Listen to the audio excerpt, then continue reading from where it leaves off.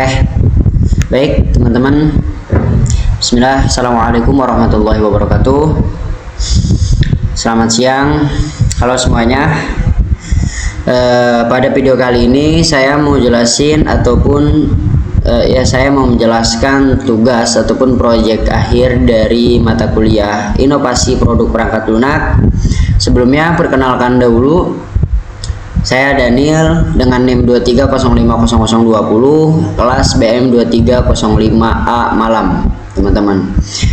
Sebelumnya saya sebutkan dulu pada proyek akhir saya pada mata kuliah Inovasi Produk Perangkat Lunak kali ini adalah membuat perancangan, kurang lebih bisa kita bilang perancangan dari sebuah sistem, teman-teman. Nah, kebetulan pada kali ini saya membuat 6 rancangan, teman-teman.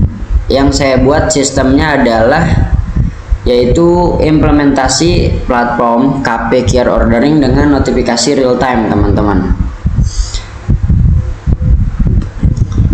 Baik,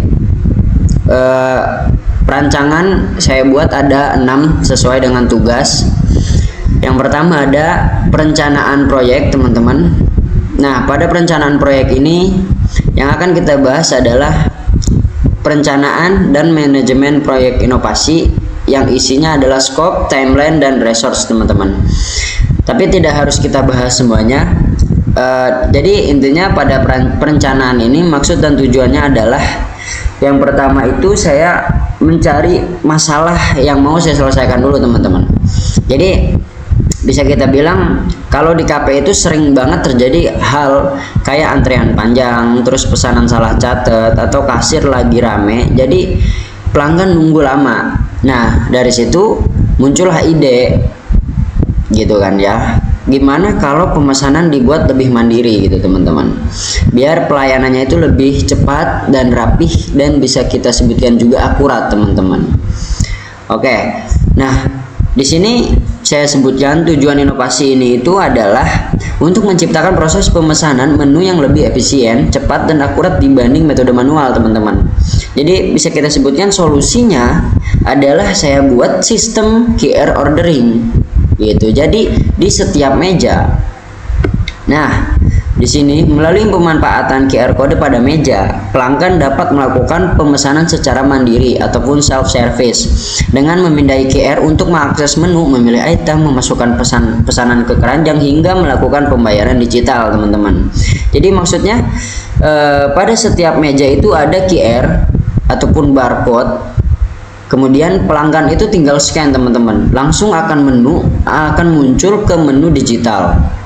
Jadi pelanggan ketika datang ke kafe itu langsung duduk scan QR barcode, dia akan muncul halaman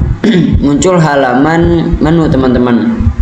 Maka pelanggan itu tinggal pilih makanan ataupun minuman yang akan ia masukkan ke keranjang. Nah, setelah ia masukkan ke keranjang, dirasa sudah benar pembeli ataupun sudah benar nih yang mau dia pesan, dia tinggal check out dan juga bayar, teman-teman. Gitu. Nah, di sini pada scope akan kita bahas. Tidak harus saya bahas semua. Yang pertama ada scan QR code meja untuk membuka menu sesuai meja, sudah saya sebutkan tadi. Yang kedua ada tampilan menu digital, kemudian ada keranjang, kemudian ada checkout, pesanan, dan ringkasan pembayaran. Nah, yang kelima adalah pembayaran digital via Trans gitu, teman-teman. Sebenarnya dan kemudian webhook untuk update status pembayaran pending, settlement, expire ataupun itu ke sistem gitu, teman-teman. Dashboard kasir untuk monitoring pesanan dan update status diproses siap ataupun tersaji. Nah, setelah itu notifikasi real time soket IO untuk pesanan baru dan perubahan status tanpa refresh, teman-teman. Mungkin pada nomor 8 ini, pada bagian scope ini adalah muncul pertanyaan, kenapa sih pakai notifikasi secara real time? Kenapa sih pakai notifikasi real time gitu tuh? Nah, yang bikin ini lebih kepake di dunia nyata itu adalah, teman-teman, menurut saya yaitu real time ya, teman-teman. Jadi ketika pelanggan order, kasir ataupun dapur langsung dapat notifikasi nggak perlu nunggu di refresh dulu gitu kan, nggak harus ngecek terus secara manual. Ini ngurangin kemungkinan pesanan itu nyelip teman-teman. Jadi kan misalkan ya kita ibaratkan saja pada KP itu rame nih teman-teman, di minggu sore lah rame. Jadi kalau ada bisa kita bilang adanya pesanan yang berkala, adanya pesanan yang berbarengan, mungkin beberapa pesanan akan nyelip gitu, akan ketilap teman-teman, kurang lebih seperti itu. Nah, batasan proyeknya yang pertama ada sistem berbasis web Next.js, bukan aplikasi mobile karena saya masih mengembangkan pada web.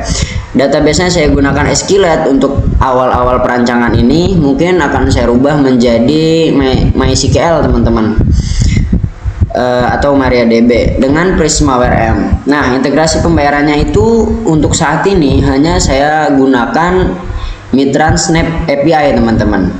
Kemudian pengujian dilakukan pada lingkungan simulasi KP, pelanggan, kasir admin tanpa modul stok bahan baku atau laporan keuangan otomatis. Nah, di sini saya tambahkan timeline proyek teman-teman. Timeline proyek ini saya buat 6 minggu teman-teman. Pada minggu pertama itu saya akan mengumpulkan sebuah kebutuhan sistem, memetakan alur pesanan KP dan menentukan desain awal teman-teman.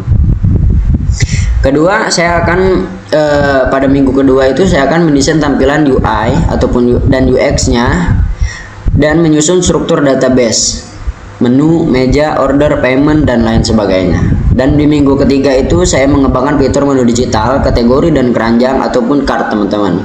Di minggu keempatnya saya akan integrasi pembayaran digital Mitrans, Snap token ataupun redirect plus pencatatan transaksinya. Dan yang kelima itu di minggu kelima saya akan implementasikan dashboard kasir dan notifikasi real time menggunakan soket IO seperti yang disebutkan tadi untuk pesanan dan statusnya. Kemudian di minggu ke-6-nya saya akan mencoba pengujian sistemnya itu atau black box, perbaikan bugnya dan penyusunan dokumentasi teman-teman. Nah, kebutuhan resource-nya yang pertama ada SDM, itu ada 3 poin. Yang pertama adalah programmer atau front end dan back end. Kemudian ada UI UX designer dan terakhir ada tester ataupun dokumentator teman-teman. Nah, poin keduanya adalah tools yang saya gunakan, yang pasti adalah Visual Studio Code teman-teman, atau sering kita sebutkan VS Code. Bahasa pemrogramannya itu ya Next.js, PrismaWRM, kemudian database-nya saya gunakan SQLite untuk awal-awal ini, kemudian notifikasinya saya gunakan Socket.io, pembayarannya saya gunakan Mitrans, Snap, kemudian desain prototipenya saya gunakan Figma, atau untuk sementara ini saya masih gunakan Canva. Nah, hal yang saya butuhkan untuk uji coba websitenya menggunakan browser localhost, kemudian saya membuat timeline yang tadi saya sebutkan tadi itu di Trello teman-teman. Oke, di sini ada estimasi waktu setiap tugas saya. Mungkin tidak harus saya bahas teman-teman karena ini adalah estimasi waktu yang mungkin nggak bisa kita pastikan teman-teman. Langsung saja kita lanjutkan pada perancangan yang kedua. Nah, pada perancangan yang kedua ini sesuai dengan tugas yang diperintahkan adalah board management teman-teman. Jadi pada perancangan ini saya manajemen boardnya itu menggunakan tools Trello teman-teman. Dari judul saya implementasi platform KP kode QR ordering dengan notifikasi real time itu saya buat ada 4 yang pasti teman-teman.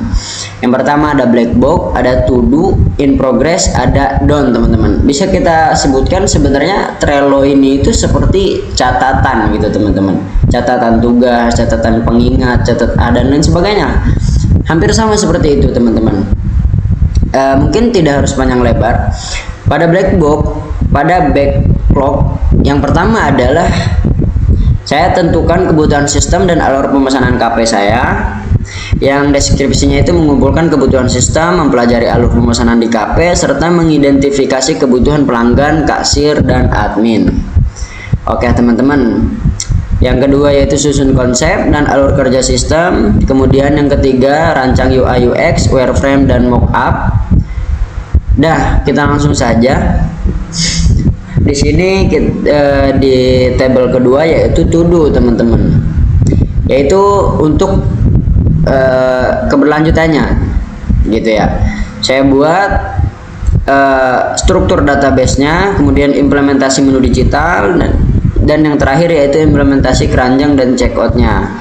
Nah, yang in progress yang saya kerjakan sekarang, yang masih dalam proses, yaitu integrasi pembayaran digital Mitrans, karena masih saya uji coba dengan Sandbox teman-teman. Kemudian implementasi notifikasi real time-nya, dan yang terakhir yaitu pembuatan dashboard kasir. Nah, ketika selesainya nanti saya akan testing teman-teman, testing perbaikan bug dan dokumentasi proyek teman-teman. Sebenarnya pada board manajemen ini hampir sama isinya seperti timeline saya sebelumnya teman-teman. Isinya kurang lebih adalah catatan pengingat saya ataupun progres yang akan saya lakukan gitu tuh teman-teman. Langsung saja. Perancangan yang ketiga yaitu adalah analisis resiko teman-teman. Tanpa kita sadari, mungkin kita sudah mengetahui bahwa semua hal, semua sistem itu pasti ada kekurangannya teman-teman, pasti. Nah, pada evaluasi risiko proyek saya ini ada 7 tabel teman-teman. Yang pertama, QR code tidak dapat dipindai, kamera HP pencahayaan buruk, QR rusak gitu teman-teman. Dampaknya itu pelanggan tidak bisa memesan, antrian meningkat, pelayanan terganggu, terus probabilitasnya adalah medium. Mitigasinya cetak QR dengan kualitas tinggi, uji di berbagai perangkat, sediakan input meja manual oleh kasir, tampilkan pesanan error yang jelas. Kemudian level resikonya itu high menurut saya teman-teman. Nah, risiko yang kedua, gangguan koneksi internet saat pemesanan atau pembayaran teman-teman. Dampaknya pemesanan gagal gitu, pesanan gagal terkirim, pembayaran tertunda, data tidak sinkron. Probabilitasnya medium. Kemudian mitigasinya adalah gunakan retry mekanis, simpan status pemesanan pending sementara, tampilkan notifikasi kegagalan, sediakan opsi bayar di kasir. Nah, sebenarnya pada yang kedua ini sudah saya pikirkan resikonya dengan matang teman-teman. Jadi saya sudah coba buat opsi pembayaran itu dengan ada 2. Yang pertama itu bayar online yang integrasinya akan langsung ke Mitrans. Yang kedua itu ada bayar di kasir gitu teman-teman. Saya lanjutkan. Notifikasi real time tidak terkirim kasir atau ke kasir ataupun ke dapur ataupun admin. Nah, dampaknya itu pesanan terlambat diproses, pelanggan menunggu lebih lama. Probabilitasnya medium. Mitigasinya adalah implementasi fallback, refresh data berkala, login error, socket IO, kemudian uji stabilitas server. Kita langsung saja, mungkin akan kita bahas risiko dan dampaknya saja teman-teman, dan sama mitigasinya. Risikonya yang keempat adalah kegagalan integrasi pembayaran Mitrans. Kemudian dampaknya adalah pembayaran tidak tercatat, konflik status pesanan. Kemudian mitigasinya adalah validasi webhook, login transaksi, sediakan pengecekan manual status pembayaran oleh kasir. Nah, yang kelima adalah kesalahan data menu atau harga satuan itu tidak sesuai. Dampaknya ketidakpuasan pelanggan, kesalahan tagihan. Kemudian mitigasinya validasi input admin, fitur preview menu, uji data sebelum publish menu. Resiko yang keenam adalah keamanan dashboard admin atau kasir itu lemah. Jadi dampaknya itu data pesanan dan transaksi dapat diakses pihak tidak berwenang. Nah, mitigasinya itu saya gunakan autentikasi login, role based access, HTTPS, pembatasan sesi login. Kemudian risiko yang terakhir, yang ketujuh, yaitu keterlambatan pengembangan ataupun deadline molor, teman-teman. Dampaknya itu timeline 6 minggu terganggu, fitur tidak selesai gitu, teman-teman. Kemudian mitigasinya adalah saya prioritaskan fitur inti buat milestone mingguan, sediakan buffer waktu 2-3 hari, teman-teman. Langsung saja pada perancangan yang keempat, yaitu adalah indikator keberhasilan atau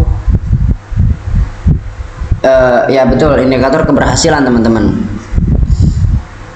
Nah, pada indikator keberhasilan ini, teman-teman, jadi setelah sistem care ordering ini dibuat gitu ya, pertanyaan pentingnya adalah berhasil atau enggak, teman-teman. Nah, jadi pada perancangan keempat ini, yaitu indikator keberhasilan ini, saya gunakan ataupun saya pakai 3 indikator biar gampang ukurnya, teman-teman. Yang pertama itu ada ROI, yang kedua ada retention, dan yang ketiga adalah kepuasan pengguna. Oke, indikator keberhasilan inovasi ini, yang pertama ROI, return on investment, teman-teman. Masuk akal nggak secara biaya kira-kira? Ataupun ROI itu cara ngukurnya, teman-teman, duit yang keluar versus manfaat yang didapat. Nah, gitulah kurang lebih. Nah, di sini disebutkan biaya utamanya adalah pengembangan sistem hosting plus domain setahun dan cetak QR, totalnya sekitar 4.800.000 angan-angan sayanya gitu, teman-teman. Kemudian manfaat setahunnya itu misalnya waktu kasir jadi itu lebih hemat dan pelayanan lebih cepat, jadi pemesanan yang pasti naik dong gitu ya, pemesanannya itu naik. Jadi total manfaat disimulasikan sekitar 10 juta gitu tuh, teman-teman. Nah, hasilnya ROI kurang lebih 108%, teman-teman. 108%. Ini nih, 108,33%. Artinya kalau dihitung setahun gitu ya, kalau dihitung setahun manfaatnya lebih besar dari biaya yang dikeluarin gitu. Dan di tahun berikutnya biasanya lebih bagus lebih bagus lagi, karena biaya bikin sistem udah nggak keluar lagi, teman-teman, tinggal biaya operasionalnya aja gitu. Nah, kemudian kita lanjut yang kedua, yaitu retention rate-nya, teman-teman. Jadi di retention rate ini intinya minggu ini tuh pakai, minggu depan itu masih pakai apa enggak gitu tuh ya perhitungannya. Jadi saya simulasikan dari 10 pengguna awal nih, user 1, user 2, user 3, user 4 sehingga user 10 yang masih aktif minggu berikutnya ada 5, kurang lebih ada 5, teman-teman. Kemudian jadi retention minggu pertama 50% kurang lebih. Nah, 50% ini bisa dibilang sedang, artinya sebagian orang itu masih coba-coba. Biasanya itu retensi bisa naik kalau sistemnya makin stabil, jadi notifikasi makin cepat dan biaya makin gampang gitu, teman-teman. Dan yang terakhir yaitu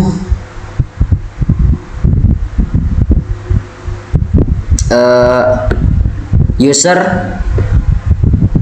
satisfaction. Nah, itulah pokoknya satisfaction, teman-teman.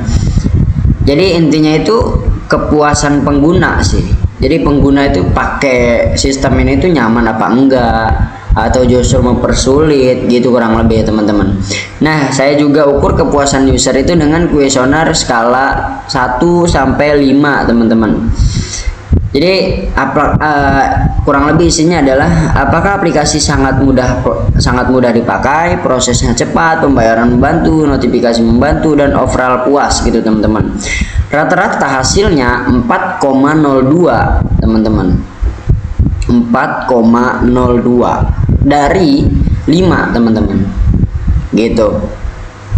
Itu artinya pengguna cenderung puas teman-teman, tetapi tetap ada area yang bisa saya tingkatkan, biasanya di kecepatan notifikasi, kemudian kenyamanan tampilan supaya nilainya bisa lebih tinggi lagi teman-teman. Nah, setelah indikator keberhasilan, kita masuk perancangan yang kelima, yaitu feedback loopnya teman-teman. Nah, pada feedback loop ini, jadi setelah jalan, sistem itu nggak bisa dibiarkan gitu aja teman-teman. Harus ada proses perbaikan secara terus-menerus ataupun secara berkala teman-teman. Nah, di sini saya gunakan konsep feedback loop itu untuk jadi masukan dikumpulin, dianalisis, diperbaiki, lalu dicek lagi hasilnya teman-teman. Sebenarnya kemudian nah, pada PDF ini ada 6 diagram yang saya buat teman-teman. Yang pertama itu sumber feedbacknya, gitu ya. Sumber feedbacknya itu dari mana? Nah, masukannya itu bisa datang dari yang pertama pelanggan dan juga kasir teman-teman. Misalnya UI kurang jelas, checkout terasa lambat, notifikasi telat, kemudian ada log aplikasinya teman-teman. Misalnya ada error pemesanan, respon server lambat, notifikasi gagal, kurang lebih seperti itu. Kemudian ada juga survei kepuasannya, itu buat tahu rata-rata user puas atau enggak, gitu. Seperti indikator keberhasilan tadi tuh sebelum yang saya sebutkan. Nah, di step keduanya itu adalah pengumpulan feedback, ataupun cara ngumpulin feedbacknya itu saya bisa lewat Google Form teman-teman, atau kuesioner. Jadi sistem blok otomatis dan observasi langsung ke KP bisa itu saya gunakan. Ngelihat antrean, kendala scan QR-nya, kemudian checkoutnya lancar atau enggak, gitu teman-teman. Kemudian yang ketiga itu ada analisis feedback teman-teman. Mungkin dari sini saja ada penjelasannya. Nah, analisis feedback teman-teman. Jadi setelah terkumpul, saya kelompokkan ini. Masalahnya itu teknis atau masalah tampilan atau usability. Kemudian terus saya bandingin dengan indikator keberhasilan kayak ROI tadi, retensi dan kepuasan teman-teman. Dan yang keempat itu ada prioritas perbaikan. Pada prioritas perbaikan ini saya tentuin prioritas perbaikannya dulu teman-teman, karena nggak semua bisa dikerjakan sekaligus. Jadi saya buat prioritasnya dulu. Yang pertama itu high, itu seperti kecepatan akses sistem, stabilitas pembayaran, notifikasi real time-nya. Kemudian yang saya buat medium itu tampilan UI ataupun UX, menu dan dashboard kasir. Dan yang lemah yang biasa aja gitu tuh fitur tambahan seperti riwayat pesanan atau rekomendasi menu, gitu teman-teman. Dan yang kelima ada implementasi perbaikan teman-teman. Nah, pada implementasi perbaikan ini saya bagi juga menjadi 3 poin gitu tuh.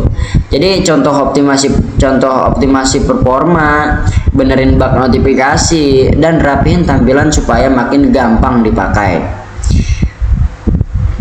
Kemudian yang terakhir ada monitoring hasil perbaikan. Jadi setelah saya perbaiki, saya cek lagi lewat log error teman-teman, apakah errornya turun, ataupun kemudian saya buat survei lanjutan apakah naik, gitu. Dari retensi apakah meningkat, gitu teman-teman, pada feedback loop yang saya buat ini. Nah, kita langsung ke perancangan yang keenam, yaitu perancangan strategi keberlanjutan teman-teman. Nah, pada perancangan keenam ini, strategi keberlanjutan itu kurang lebih biar inovasinya itu nggak cepet basi gitu tuh, nggak gitu-gitu, nggak monoton gitu-gitu aja gitu tuh. Kalau inovasi digital itu bukan cuma akses pas awal launchingnya doang, tapi juga harus tetap relevan dalam jangka panjang teman-teman, gitu. Jadi saya buat strategi biar sistem ini bisa terus dipakai dan berkembang teman-teman. Nih, yang pertama saya buat relevansi jangka panjang inovasi. Kenapa sih ini relevan jangka panjang gitu tuh? Karena Kita lihat di sini. Karena kebutuhan KP itu dari dulu itu sama, teman-teman. Pengen pesen cepet, rapi, minimnya kesalahan, QR juga gampang dipakai tanpa install aplikasi gitu tuh, teman-teman. Jadi secara konsep dia kepakainya lama gitu tuh, teman-teman. Dan yang kedua itu ada strategi upgrade fitur, teman-teman. Nah, pada di sini itu strategi upgrade fitur itu bertahap, teman-teman. Jadi pada upgrade fitur itu nggak mengganggu atau nggak mengganggu operasionalnya, teman-teman. Upgrade itu jangan ngejut gitu tuh bahasanya, kurang lebih itu harus bertahap dan prioritasnya jelas. Jadi fokus utamanya itu stabilitas, kecepatan akses, kemudian kedalaman notifikasi, apa ya namanya, keandalan dari notifikasi real time-nya, teman-teman. Jadi kalau udah stabil, barulah kita pikirin fitur tambahan seperti riwayat pesanan, analitik penjualan sederhana, dan personalisasi menunya, teman-teman. Dan yang ketiga adalah rancangan monitoring berkala gitu.